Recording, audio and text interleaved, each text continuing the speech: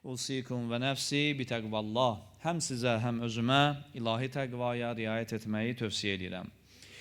Sualla başlamaq istəyirəm ikinci xütbəmizə və çox xahiş edirəm ikinci xütbəyə xüsusi diqqət ayırasınız. Allah sizdən razı olsun. Mən həmişə demişəm hər yerdə ki, bu məscidə gələn insanların diqqəti mənim üçün çox şeyə dəyər. Siz ki, bu cür diqqətlə qulaq asırsınız, fikir verirəm, insanlar auditoriyaya baxanda hiss edirsən, sənə qulaq asırlar, yoxsa yox. Amma çox diqqətlə qulaq asdığınıza görə ilk öncə mən təşəkkürümü bildirirəm sizə və xahiş edirəm bir daha çox diqqət eləyəsiniz indi bu mövzuya. Vacib mövzudur, mübarək Ramazan ayında bu mövzunu açıb danışmalıyıq. Sualla başlayıram. İnsan niyə rahat günah eləyir? Suala çoxlu cavablar vermək olar. Bir-birindən fərqli, bir-birinə bağlı, rəngarəng, cürəbəcür. Və düşünürəm ki, ən önəmli cavab var. Bir cavabdır ki, o cavab bütün başqa cavabları özünə bağlayır. Ən önəmli cavablardan biri budur ki, günahı rahat etməyimizin səbəbi insanın, söhbət tək bizdən getmir, hələ hamının adından deyirəm, insanın günahın mahiyyətindən və zərərlərindən, insanın günahın həqiqi xislətindən, günahın batinindən, günahın nə olduğundan xəbərsiz olmasına görədir. Deyərsiniz ki, xəbərdar deyilik, daha doğrusu xəbərdarıq axı. Xeyr, az xəbərdarıq. Kim nə qədər çox xəbərdardırsa, bir o qədər çox günahdan qaçacaq. Əmin ola bilərsiniz buna. Günah haqqında düzgün məlumat, düzgün təsəvvür və düzgün yanaşma kimdə nə qədər çoxdursa, o adam günahdan hamıdan çox qaçacaq. Düşünürəm ki, biz tez-tez günahın əsl üzü barəsində danışmalıyıq. Bir neçə aydan bir qayıtmalıyıq bu mövzuya. Günahın əsl siması nədir? Həqiqi siması nədir? Günahın bir ofsunlayıcı təsiri var. Sehirlidir günah. Bildiyiniz sehirli. Məndən dünyada ən böyük sehir nədir soruşsalar, mən düşünmədən deyərəm günah. Sehirdir günah, ofsundur. Necə? Günah özün zahirən çox gözəl, ləzzətli göstərən, batinənsə ən iyrənc və ən ikrah edici bir şeydir. Zahirən çox gözəl ofsunlayır özünü ki, elə gözəl görsənir kənardan. Misal deyim sizə, sözümə əmin olun. Gedin, girin böyük marketlərə. Bir-bir bölmələri gəzin. Görəcəksiniz ki, haram içkilər olan bölmənin rəngarəngliyi və gözəlliyi qədər başqa bölmə yoxdur dükanlarda. Ən rəngarəng, ən bahalı qiymətlər, ən gözəl çeşidlər, ən xüsusi qablaşdırmalar, hamısı o addildədir də, rus dilindədir, o bölmədədir, o şöbədədir. Günah həmişə ən gözəl görünən hissədir. Günah özün həmişə ən gözəl bəziyib, ofsunlayıb təqdim eləyəndir. Arada bir qardaşla bir dəfə girmişik bir marketə, deyir, hacı, vallah deyir, bunların yanından keçəndə, bu içkilərin yanından keçəndə, düzdür deyir, bunlara nifrət eləyirəm, içmirəm. Amma deyir, bunların gözəlliyinə adam deyir, baxmaq istəyir. Elə gözəl bəziyib, düzüyüb vitrinə vururlar ki, insan doğrudan da qalır matməəttəl. Elə bilirsən ki, dünyanın ən lazımlı, ən faydalı məmulatlarıdır ki, bunlar bura qoyublar. Dünyanın düzəni bu cürdür.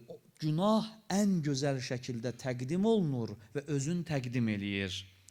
Günahın, mən bilsin nəyə bənzədirəm bəzən. Bu günlərdə, bu yaxınlarda da bir xəbər oxudum. Bir restoranı tutdular. Restoranı deməli ifşa elədilər.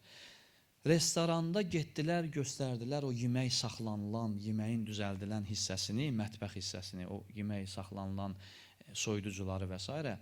İnandırım sizi ki, siz heç heyvanınız üçün evdə yemək saxlayırsınız, onu orada saxlamazsınız. İnsan öz heyvanına yemək saxladığı yeri ondan təmiz saxlayar ki, onlar insana yemək verdikləri yeri o günə qoymuşdular. Mən bax, günahı restoranda bişirilib, gətirilib qabağımıza qoyulur. Baxırsan, adamın iştahası açılır. Bir gözəl düzəldirlər, bir gözəl bəzək vururlar, göz qamaşır, ağız suyu axır ki, bunu tez yiyim, mədəm doysun. Amma ged onun düzəlmə prosesini bir dənə adama göstərsələr, Bir dəfə bir dünyada sosial çarx keçirdiblər, bir eksperiment keçirdiblər. Düzdür, 10 nəfərin arasında olub. Deməli, bu 10 nəfərə tapşırıq veriblər. 3 gün ac qalmalısınız. Bunları yığıblar bir otağa. Sudan başqa heç nə verməyiblər. Bir neçə il bundan əvvəl olub bu, xarici dövlətlərin birində. 3 gün ac saxladılar. Yemək verilmədi. 3 gündən sonra bunlara bir gözəl süfrə açdılar. Bəlkə də dünyada açıla biləcək ən gözəl, ləzzətli süfrələrdən biri. Söz xatirinə demirəm, şişirtmirəm. Süfrənin şəkli var idi, videoda görsənirdi ki, ilahi nə gözəl təamlar, bəlkə bir 80-90 cür təam var idi o süfrədə. Çox gözəl. Açılıb süfrə təmtəraqlı qablarda, gözəl şamlar yanır, işıqlar yanır, süfrənin cazibəsi göz oxşayır və 3 gün ac qalan insan təsəvvür eləyin. Hamı dəvət olunur süfrəyə ki, buyurun yiyin. Amma elə ki əllərin süfrəyə aparması ilə dayanın, stop. Bir dənə zəhmət olmasa, bir dəqiqəlik sizə video çax göstərəcək. Divarda bir ekran əmələ gəldi. Onlara dedilər bir dənə baxın o ekrana. O ekranda bircə dəqiqə ərzində o süfrədəki yeməklərin necə hazırlandığını göstərdilər onlara. İğrənc bir vəziyyət. Mən də demirəm təfərrüatı ilə. Çox pis bir vəziyyət. Məsciddə heç deyiləsi bir şey deyil. Onları nə cür düzəltdilər? Bilə-bilə eləyiblər də onları, özləri, o çəkiblər o görünüşü. Video rolik bitdi. Dedilər, indi yiyin, yeyə bilərsiniz. Biz getdik. Hamısı ikrah elədi, qalxdı süfrədən. Bayaq ləzzətlə oturub yeyirdilər. İndi onların necə əmələ gəldiyini gördüyünə görə ikrah eləyib qalxdılar, əsəbləşdilər. Biri vurdu, dağıtdı, biri üzr istəyirəm qaytardı. Hərəsi bir cür reaksiya verdi. Bax, günahı ona görə ləzzətlə eləyirik ki, günahın arxasında duranı görmürük. Günahın batinin görmürük. Günah eyni ilə o süfrəyə düzülən, pis hazırlanan, ləzzətli yemək görüntüsündə olan qida kimidir. Arxasını görmürük deyə çox təamlı, ləzzətli, dadlı gəlir. Qur'an-ı Kərim buyurur, şeytanın əsas işi günahı bəzəməkdir. Uca Allah buyurur Ənam surəsində ki, وَزَيَّنَّ لَهُمُ الشَّيْطَانَ مَا كَانُوا يَعْمَلُونَ Şeytan onların elədiklərini onların özünə zinətli göstərdi, gözəl göstərdi. Ona görə insanlar rahat elədilər günahı. Bu şeytanın ən böyük ofsunudur ki, ən çirkin bir işi də çox gözəl bəzəyərək bizə təqdim eləyir. Şeytan günahı ona görə bəzəyir ki, ilk olaraq insanı özünə çəkəndə insan narahat olmasın, rahat çəksin özünə səni, rahat eləyəsən onu. Ondan sonra çətini bir dəfə eləyənə qədərdir. Çətini bir dəfə düşün, tamah düşün, toxundusa harama, toxundusa günaha, nəfsin günahı elədisə, özünə yaraşdırdısa, yerdə qalanı rahat olur. Günah ona görə pisdir ki, insanda utanmaq hissi var, həya hissi onu aradan aparır. O gedir adamdan, azalır. Günah imandan bir parça uğurlayır ki, o bir də geri qayıtmır. Düzdür, bağışlanırıq. Tövbə eləsək bağışlayacaq Allah. Amma bunu yadda saxlayaq. Bu mübarək Ramazan ayında deyirəm, günahın apardığı iman geri qayıtmır. Günahın zədələdiyi ağıl yenidən bərpa olunmur. Ona görə də günah eləyib o demək deyil, elə tövbə var eləyim. Tövbə var, amma rahat eləyəcəksənsə, bil ki o səndən bir pillə alacaq ki, bir də o pilləyə çıxa bilməyəcəksən. Haranı ki qazanmışdın, bir də o qazandığın yerə qalxmaq bəlkə də mümkünsüz olacaq. Olsa da çox çətin olacaq. İmam Səccar əleyhissalam buyurur ki, zərərli olduğunu bildiyin halda bir qidanı yeməyən, amma çirkinliyinə baxmayaraq günahdan uzaqlaşmayan insanlara heyrət eləyirəm. Günah bu qədər çirkindir, uzaqlaşmır, amma zərərli qidanı yemir. Bir hədisdə var ki, kaş siz günah eləyən vaxtı ətrafınızı necə odun bürüdüyünü görsəydiniz və onun sizi necə yandırdığını hiss eləyəsəydiniz, günaha nəinki eləmək yox, günah heç yaxınlaşmazdınız. Od var günahın tərkibində. Böyük ariflər, övliyalar olub ki, odu hiss eləyiblər. Günah məqamında odun hərarətini duyublar. Oğul lazımdır, iman lazımdır ki, o günahın tərkibində olan o odu, vallahi biz də duya bilərik, vacib deyil arif olaq. Diqqətlə baxsaz, günah edən vaxt qəlbinizə diqqətlə baxsaz, o odu hiss eləyərsiniz ki, yandırır nəsə hissinizdə sizi. İmam Sadiq əleyhissalam buyurur ki, heç bir şey günah qədər insan qəlbin məhv eləmir. Biz günahın həqiqi simasını görə bilsəydik, onu qəlbimizə, şəxsiyyətimizə yaraşdırmazdıq. Bir var, mən deyim ki, günah səni cəhənnəmə salacaq. Bir də var, mən deyirəm ki, günahı tanısan, onu özünə yaraşdırmayacaqsan. Cəhənnəmə salacaq, düzdür.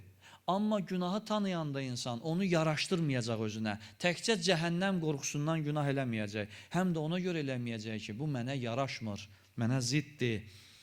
Qəlb günahla məhv olanda bilirsiniz nə baş verir? Qəlb günahla məhv olanda sevinc hissini itirir. Daim narahat halda olur, aram ola bilmir. Yadınızda qalsın, həmişə narahatlıq içinizi çox bürüyürsə, gün ərzində daha çox narahat olursunuzsa, bunun ən böyük səbəbkarı günahlardır. Günahlar insanı sevincdən məhrum eləyib, niyabat hala salır adamı. Adam niyabata çevrilir, bildiyiniz niyabat. Hara baxır, hər gözəllikdə bir pis şey görür, hər bir məsələn, insan niyabata çevrilir günahla, sevgi, gözəlliyi duya bilmək qabiliyyəti azalır. Günah adamı elə bir günə qoyur ki, insan sevinmək bacarığın zəiflədir, sevinmək bacarığından məhrum olur. Günaha mən bilirsiniz nəyə bənzədirəm bir də? Bir bənzətməm də, o gilli su olur, içirsən. Məsələn, tutaq ki, bulanlıq su da, o çox vaxt olur, içəndə görürsünüz ki, suyun içində nəsə bulanlıq bir şey var. O bulanlıq suyu içmək susuzluğu yatızdırır, bəli, yatızdırır. Ləzzət verir sənə, bəli, verir. Susuz halda bulanlıq su da gətirib qoysalar qabağıma, götürüb içəcəksən, gəl, nə oldu, bir damcı içində indi toz var da, bulanıb. İçəcəksən, amma həmin o bulanlıq suyun tərkibindəki o xırda tozlar var, səni heç nə kimi görsənən. Onlar gedib sənin böyrəyində yığılıb bir daş əmələ gətirəcək ki, o daş sənə qəbr əzabına yaxın bir əzab verəcək. Böyrək ağrısı, ağrıların içində ən şiddətli ağrıdır. Qəbr əzabına bərabərdirlər o ağrıya. Nəyin nəticəsində? Bax, günah da belədir. İçəndə ləzzət hiss edirsən, amma yığılır bir narahatlıq verir sənə ki, o narahatlığın səbəbin sonra başqa yerdə axtarma. Günahkar axtarma başqa yerdə. Günah insanın qəlbinin Allahdan gələn o rəhmət mehini, rəhmət, sevgi, mehribanlıq mehini, küləyini hiss etməməyimizə səbəb olur. Günah insanın mənəvi nemətlərdən ləzzət ala bilməməsinə səbəb olur. Günah səbəb olur ki, insan əlin qaldırıb 2 dəqiqə Allahla söhbət etmək istəmir artıq. Günah səbəb olur, insan Allahla danışmaqdan bezir, tükənir, xoşu gəlmir dua eləmək, xoşu gəlmir üzü qibləyə dayanmaq, xoşu gəlmir zikr etmək. Artıq narahat olur Allah kəlamından, narahat olur Allah zikrindən, namazı da can dərdi qılır, sevinc hiss etmir namazda, sevinmir namazın içində. Adam var, namazı qılır, qutarır, sevinir. Deyir ki, namazı qılandan sonra deyir, mənim halım yaxşı olur. Deyirəm, bilsən niyə halın yaxşı olur? Çünki məsuliyyət boynundan çıxdı deyənə yaxşı olursan. Amma ariflər olub ki, namazdan əvvəl sevinib, namazdan sonra qəmli olublar ki, bitdi namaz. Heyf bitdi.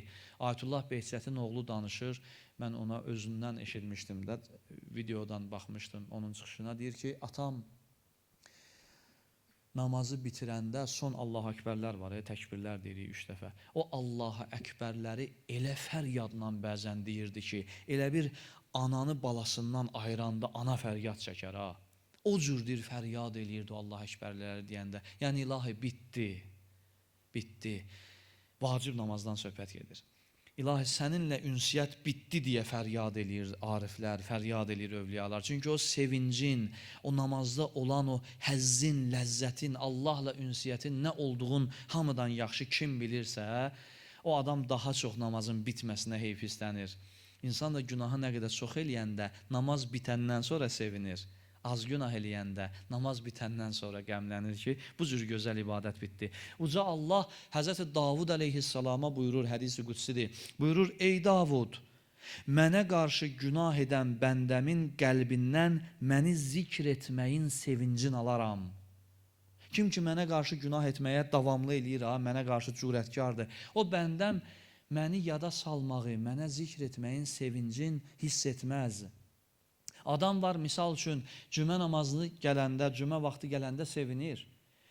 Xoşdur, çox aram olur. Niyə? Ki, gəlib bugün Allah barəsində nəsə eşidəcəm. Bugün cəmlə Allaha ibadət eləyəcəm. Bugün Allahın ən gözəl ibadətin, cüməni yerinə yetirəcəyəm. Amma adam da var ki, məscidin yanından keçir, üzünü çevirir o tərəfə. Məsələn, xoşu gəlmir ki, gəlsin otursun, kimsə ona Allahdan danışsın, qıcıq olur Allah kəlamına qarşı. Bir nəfər İmam Əli əleyhissalama sual verir, deyir, ağa, mən gecə namazı qılmaq istəyirəm, oturmuşam, öyrənmişəm, gecə namazı necə qılınır və s. və ilaxır, amma Allah mənə qismət eləmir. İmam buyurur ki, Allahın boynuna atma. Sən demək istəyirsən ki, sən ibadət eləmək istəyirsən, Allah sənə ibadət qismət eləmir. Sözündən bu çıxır sənin. İmamın bu sözü budur buna. Nə demək istəyirsən? Sən yaxşı iş görmək istəyirsən, amma Allah səni bu yaxşı işdən məhrum eləyir. Davamında buyurur, ağa, səni zəncirləyən sənin öz günahlarındır. Ged o günahlarını təmizlə, tövbə elə, onları eləmə ki, Allah sənə qismət eləsin də, sənin dediyinə görə. Yəni, səni namazdan məhrum eləyən sənin öz günahındır. Özünsən. İmam Sadiq əleyhissalam buyurur ki, günahın qəlbə təsiri iti bıçağın əti olan təsiri kimidir. Necə iti bıçaq əti qoyan kimi kəsir, sürtən kimi kəsir. Günah da qəlbi, insan ruhun bax o cür parça-parça eləyir. Biz bəzən günahı adi bir qadağa kimi başa düşürük. Ona görə bezirik. Kimsə danışan kimi günaha, bəscidə də qadağa, yenə gəldi qadağa, yenə başladın olmaz. Günaha qadağa kimi baxırıq deyə bizi bezdirir.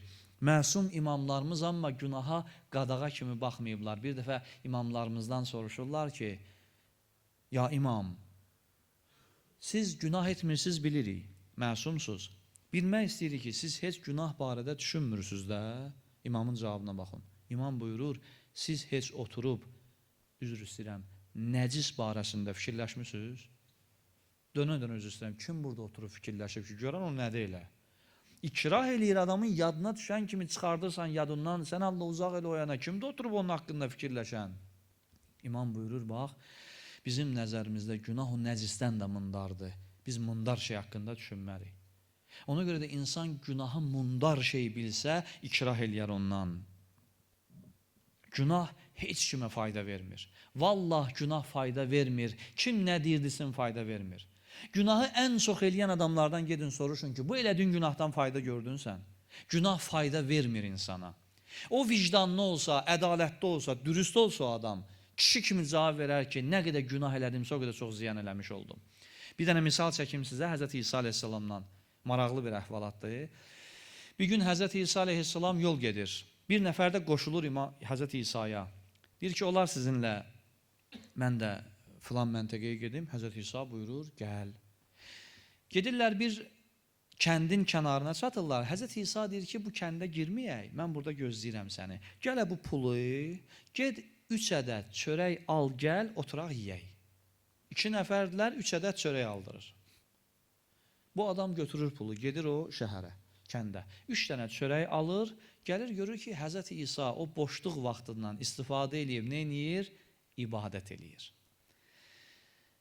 Başı qarışıqdır, namaz qılır, ibadət eləyir, birin çörəyin aşırdır, yiyir. Qoyur ikisini süfrəyə, Həzrəti İsa namazı qılır, qutarır, gəlir soruşur ki, çörək niyə 2 dənədir? Deyir ki, ya İsa, elə ikisini ala bildim. İsa əleyhissalam təbəssüm eləyir, oturub çörək yiyirlər. Biraz keçir, yol gedirlər, bu Həzrəti İsa'dan bəzi möcüzələr görür yol əsnasında. Həzrəti İsa bir də soruşur bundan, deyir, sən and verirəm Allaha düzün denən, çörəyi neçədən almışdın? Deyir ki, 2 dənə. And içir, öldürür özün ki, 2 dənə. Biraz keçir, yenə İsa əleyhissalam soruşur, çörəyi neçədən almışdın? Deyir ki, 2 dənə. Yaxşı. Gəlirlər bir xarabalığa çatırlar. O xarabalığın kənarında bir xəzinə tapırlar. Xəzinənin içində, indi kimsə xaraba bir yerdir, kiminsə olub, qalıb orada, heç kim görməyib də. Görürlər ki, sandığın içində 3 dənə dəri kisənin içində qızıl pul var. 3 kisə pul. Bu cumur pulların üstünə bu adam. Deyir ki, bunlar hamısı mənimdir. Həzrət İsa deyir ki, olmaz ki bu. İkisimiz görmüşük, bu pulları bərabər bölməliyik. Deyir, necə bölək bərabər? Həzrət İsa deyir ki, biri mənim, biri sənin, biri də 3-cü çörəyi yiyənin. Bu da deyir ki, elə mən yemişəm 3-cü çörəyi. Asılır. İsti, nə var ki, qızıl pulları götür. Bayaqdan and içirdi Allaha ki, mənlik deyil. Deyir, mən yemişəm çörəyi. Həzrət İsa deyir, laf yaxşı. Gələ bu ikincisi də sənin, mənim də payım sənin. Yoldaşlıq haqqımız var, yol yoldaşlığı. Mən də öz payımı sənə hədiyyə elədim. Amma burada xudafizləşirik. Da mən səndən yol çıxan deyiləm. Səninki səndə, mənimki məndə. Xoş getdin. Bu da Həzrət İsa'ya deyir ki, çox gözüm atırdı elə səninlə yol getmək üçün, bezdirmisən məni, neçə dənə çörək almısan, neçə dənə çörək almısan, ged heç mən də səninlə gəlmirəm. Oturur, başlayır pullarını saymağa. Elə pullarını sayan anda gözünə döndüyüm 3 dənə quldur, keçir buradan. Görürlər ki, bir nəfər oturub xarabalıqda pul sayır. Düşünmədən başını kəsib qoyurlar yerə. Pulları əlindən almaq üçün. Quldurdur da xarabalıqdır. O dövrdə kamera yox, polis yox, araşdıran yox, bir şey yox. Ya Allah. Mən indi ya Allah deyirəm. Onların ya Allahındakı Allah şeytandır. Vurub öldürürlər bunu, otururlar, başlayırlar pulları hesab eləməyə. Bir kisəni biri götürür, o birisini onu, 3 dənə kisəni bölürlər. Deyirlər ki, acımışıq, pulumuz da var. Gəl bu puldan bir dənəsini verək, dostunun birinə verirlər. Deyirlər, get bu şəhərdən bizim üçün çörək yeyib içmək al gəti gəl, oturaq, nahar eləyək. Birin yola salan kimi çörək almağa. İkisi deyir ki, bu biri getdi, bizə lazımdır bu pulu 2-3 yerə bölək. Gəl elə bu qaydanda bunu vuraq öldürək, bu pulu 2 yerə bölək. Hərəmizə çox düşsün. O gedən də bilirsiniz nə düşünür? Deyir ki, mənə lazımdır o pulu 3 yerə bölüm. Qoy elə bu pulu çörəyi zəhərliyim, gətirim bunlara zəhərli yeməyi verim. Qoy yesinlər, pulları tək götürüm, çıxım gedim. Bu gedir çörəyi zəhərliyir, bunlar da burada qılınc itiliyirlər. Bu qaydan kimi bunlar bunu doğrayıb öldürürlər. Otururlar o zəhərli çörəyi yiyirlər, özləri də gedirlər cəhənnəmə. Həzrət İsa qayıdır. Qayıdır, görür ki, 4 dənə meyid uzanıb yerdə. Bayaqki o pulu qoyduğu yerdə 4 dənə meyidi uzadıblar. Orada bir söz deyir Həzrət İsa. Deyir ki, dünya ona görə günah edənlərlə belə rəftar eləyir. Kim ki günah elədi dünyaya görə, dünya belə rəftar eləyir. Bunu sizə ona görə danışdım ki, günah insanın axırın heç də yaxşıya aparmır və günah hamını zəlil günə qoyacaq. Hamıdan intiqamını alacaq. Günah heç kimə baş ucalıq gətirməyəcək. Heç kimə şan, şöhrət, şərəf verməyəcək. Ona görə də günahın aqibətinin nə olduğunu insan rahat başa düşsəydi, dünyaya görə, kiməsə görə heç vaxt günah eləməzdi. Həyatdan, öz varlığımızdan ləzzət almaq üçün günah etmək lazım deyil. Günah etməmək lazımdır. Kim ki ləzzət almaq istəyir həyatdan, qaydası bu deyil günah eləsin. Qaydası budur ki, günah eləməsin. Ləzzət eləməməkdədir.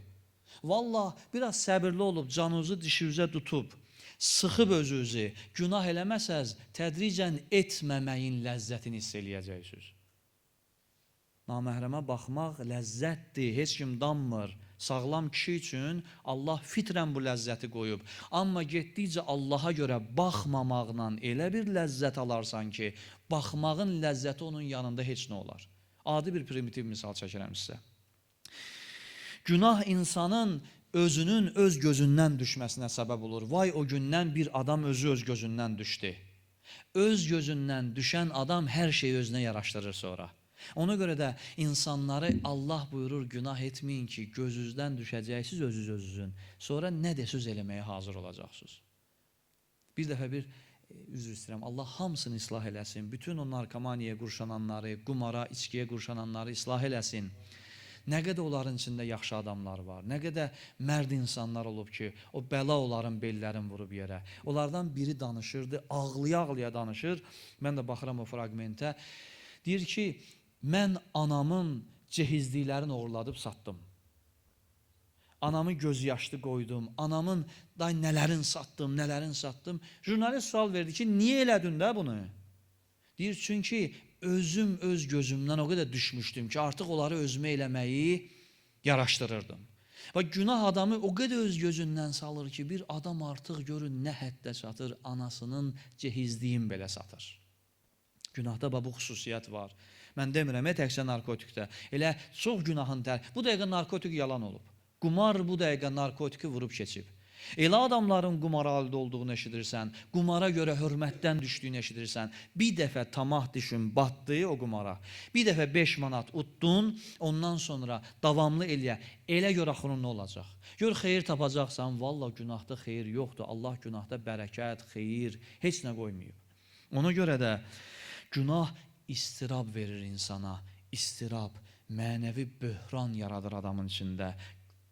Günah insanı davamlı sevincdən məhrum eləyir. Nə qədər az günah eləyir insan, bir o qədər üzü gülər olur, sevinc içində olur, ruhu gülür. Bir var adamın dişləri ancaq görsənir, bu gülmək deyil. Bir var adamın ruhu gülür, insanın ruhu gülməlidir. Günah küfrün mənşəyidir. Davamlı günahlar insanı Allaha qarşı da, dinə qarşı da bədgüman eləyir, şübhəyə salır. Mən çox adamlar görmüşəm neçə ildir bu din yolunda. Allaha qarşı şübhəyə düşməsinin, başlayır din hökmlərini, qadağaları, günahları ələ salmağa. Vaxtı ikən dindar olub. Niyə? Günahlar səbəb olur ki, adam gəlir axırda dinin, şəriətin hökmlərini ələ salır, istehza eləyir. Yavaş-yavaş Allaha qarşı da şübhə salır. Bilirsiniz niyə? Çünki günahı davamlı eləmək insanın içində bir istirab yaradır. Adam istəyir o istirabdan xilas olmağın yolunu axtarır. Deyir, mən ki, bu qədər günah eləmişəm, haram yeyirəm, nə alçaq işlərdir, söz eləyirəm. Bunun içimdə bir yaratdığı sıxıntı var axı. Bundan necə xilas olum? Xilas yolu ən gözəli budur. İnkar eləyim, Allahı dincəlim. İnkar eləyim, dini dincəlim. İnkar eləyim, deyim ki, əşi, nə din, hamısı alimlərin, ərəblərin uydurmasıdır, heç nə yoxdur, nağıldır. Niyə nağıldır deyir? Adam özünə baxsa görər ki, onun ateist olmasının və ya deist olmasının səbəbi psixolojidir. Elmi deyil. O baxma ki, elmi cümlə qurur bəzən öz ateizmini müdafiə eləmək üçün. Amma o ateizminin kökündə özünü, istirabını, öz içindəki narahatlığı aram eləməyə dayanır. Onun aram olmasında Allaha dini inkar etməkdə tapır. Günah səbəb olur ki, insan yaradılışın qayəsini itirir. Yaradılışın hədəfin düz tanımır. Siz günahı davamlı eləyən insanlara böyük ali hədəfləri, ilahi eşqi, şəriəti, dini, Quranı anlada bilməzsiniz. Mümkün deyil. Sən ona başa sala bilməzsən İmam Hüseyin niyə elə elədi? İmam Əli niyə belə elədi? Peyğəmbər niyə elə elədi? Adam gözün döyüb baxacaq, deyəcək ki, ərəbdir də, nə bilim. Bu adama çatmayacaq, günah səbəb olur ki, sən istəyirsən ki, günahın içində böyüyən adam, günahın içində məhv olan insana durub imaməti başa salasan, Qur'anı başa salasan, mümkündür. Günah səbəb olur insan ilahi hədəfi və ilahi şəxsiyyətləri səhv başa düşsün. Günah səbəb olur ki, haqq söz insana təsir eləməsin. İmam Hüseyin demişdi Kərbəlada ki, o qədər haram yemişsiniz ki, artıq haqq söz sizə təsir eləmir. Və günahlar səbəb olur ki, mən buradan dindən danışanda, günahkar insan orada ağrı hiss eləyir, ona ağır gəlir, gəlmir daim məscidə, qıcıq olur məsciddən, istəmir məscidə gəlməyi. Çünki günahlardan danışanda, Allahdan danışanda xoşuna gəlmir. Və bu mübarək ayda mən istəyirəm Allahdan ki, ilahi, kaş bizim bu mübarək Ramazan ayında dərdimiz bu olaydı ki, günahların bizə qoyduğu təsirləri necə aradan aparmaq barədə düşünəydik. Bu boyda günahlar ki var ətrafımızda, bəzən bilərəkdən, bəzən bilmədən, bunların təsirindən necə amanda qalaq, necə xilas olaq? Bu bilirsiniz nəyə bənzəyir? Mən deyirəm, bəzən bu otururuq, ruhani oturub, mübarək Ramazan ayında, yığılmışıq, iftar açırıq. Mən xoşlamıram dini söhbəti cəmaata sıramağı.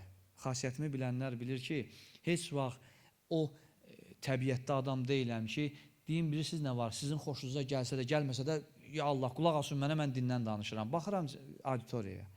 İndi bu heç bura cümədir, bura hamı yığılıb buna görə, bu başqa məsələ. Bir də var, oturmuşuq bir evdə, çay süfrəsidir, iftar süfrəsidir. Baxıram cəmiyyətin halına, görəm, yox, o vəziyyət deyil. Yəni, burada artıq ağzımı açıb Allahdan, dindən danışmağın yeri deyil. Çünki maraqlandırmır burada əyləşənləri, o fəza deyil, o atmosfer deyil. Bu dəqiqə dindən danışmaq burada yamaq kimi görsənəcək. Amma təsəvvür eləyin ki, 10 nəfər xəstəni yığıblar bir otağa, hərəsinin bir xəstəliyi var, hərəsi bir şeydən əziyyət çəkir. Bir dənə də həkimi qoyublar süfrənin başına. O 10 nəfər xəstənin o həkimlə söhbəti sizcə maşından olar? Sizcə olar, nə bilim, səhər imsaka filan şey yedim, susuzluq vermədi mənə, o olar? Ya axşam məsələn bunu yeyirəm, gün orta bunu yeyirəm, gün ərzində belə eləyirəm, bu söhbətlər olar, siz o xəstələr onu eləyər. Yox, xəstələr orada ancaq dərdlərin danışarlar ki, fürsət düşüb əlimizə. Bu dərdimizə dərman eləmək üçün bu həkim bizə nə deyə bilər? Kaş biz də əlimizə bir ruhani düşəndə, bir iftar süfrəsində, bir bilən adam düşəndə, bir nə bilim əxlaqdan başa çıxan bir adam düşəndə hər şeyi bir kənara qoyub məhz bu yöndən mövzunu qurardıq ki, necə eləyək o günahın bizə qoyduğu təsirləri aradan aparaq. Bir söz de, bir ayə oxu, bir hədis de ki, günahın o ləkəsi itsin bizdən. Aram olaq, Allaha tərəf gedək, düzələk, dərdimiz düzəlməkdirsə, hər şeyimiz gözəl olacaq. Yox, dərdimiz düzəlmək deyilsə, başqa şeydən danışmağa dəyməz və günah, sonda deyirəm, insan qəlbinin incəliyini aparır. İnsan incə ruhlu ola bilmir, kövrək ola bilmir, Allah huzurunda ağlaya bilmir, daşdaşır, qəsavətləşir, söz deyəndə sözün incəliyin, gözəlliyin hiss eləyə bilmir. Günah insandan bunu alır və günah səbəb olur ki, insan cənnətdən bu ayda əsən o mehi, ilahi mehi, ilahi nəsim küləyini hiss eləyə bilmir. Günah insanın qəlbin elə daşdaşdırır ki, insan Allah huzurunda dayanmağa artıq xoşu gəlmir, Allah huzurunda dayanmaqdan qıcıq olur. Allah'ın verəm öz rəhmətinə, öz cəlalına, bugünkü günah barədə, günahın həqiqi xisləti barədə az da olsa nəsə danışdıq. Allah bu cümənin hörməti xatirinə bizə günaha nifrət etməyi nəsib eləsin inşallah. Allah bizi günahdan uzaq eləsin, qəflətdə elədiyimiz günahları özü bağışlasın, bilərəkdən etdiyimiz günahları özü əfv eləsin, günahlarımızın təsirin özü aradan aparsın. Allah mübarək Ramazan ayı ərzində bizə təmizlənmək istəyin, təmizlənmək arzusun nəsib eləsin. Allah bu ayın ərzində o günahlar ki eləmişik, onların hamısından bir-bir tövbə eləməyi bizə nəsib eləsin. Allah bizi bu aydan təmizlənib çıxmağı nəsib eləsin inşallah. Bismillahirrahmanirrahim. İnna a'taynakal kevser. Fesalli li rabbika vanhar. İnne şaniyeke huvel abtar.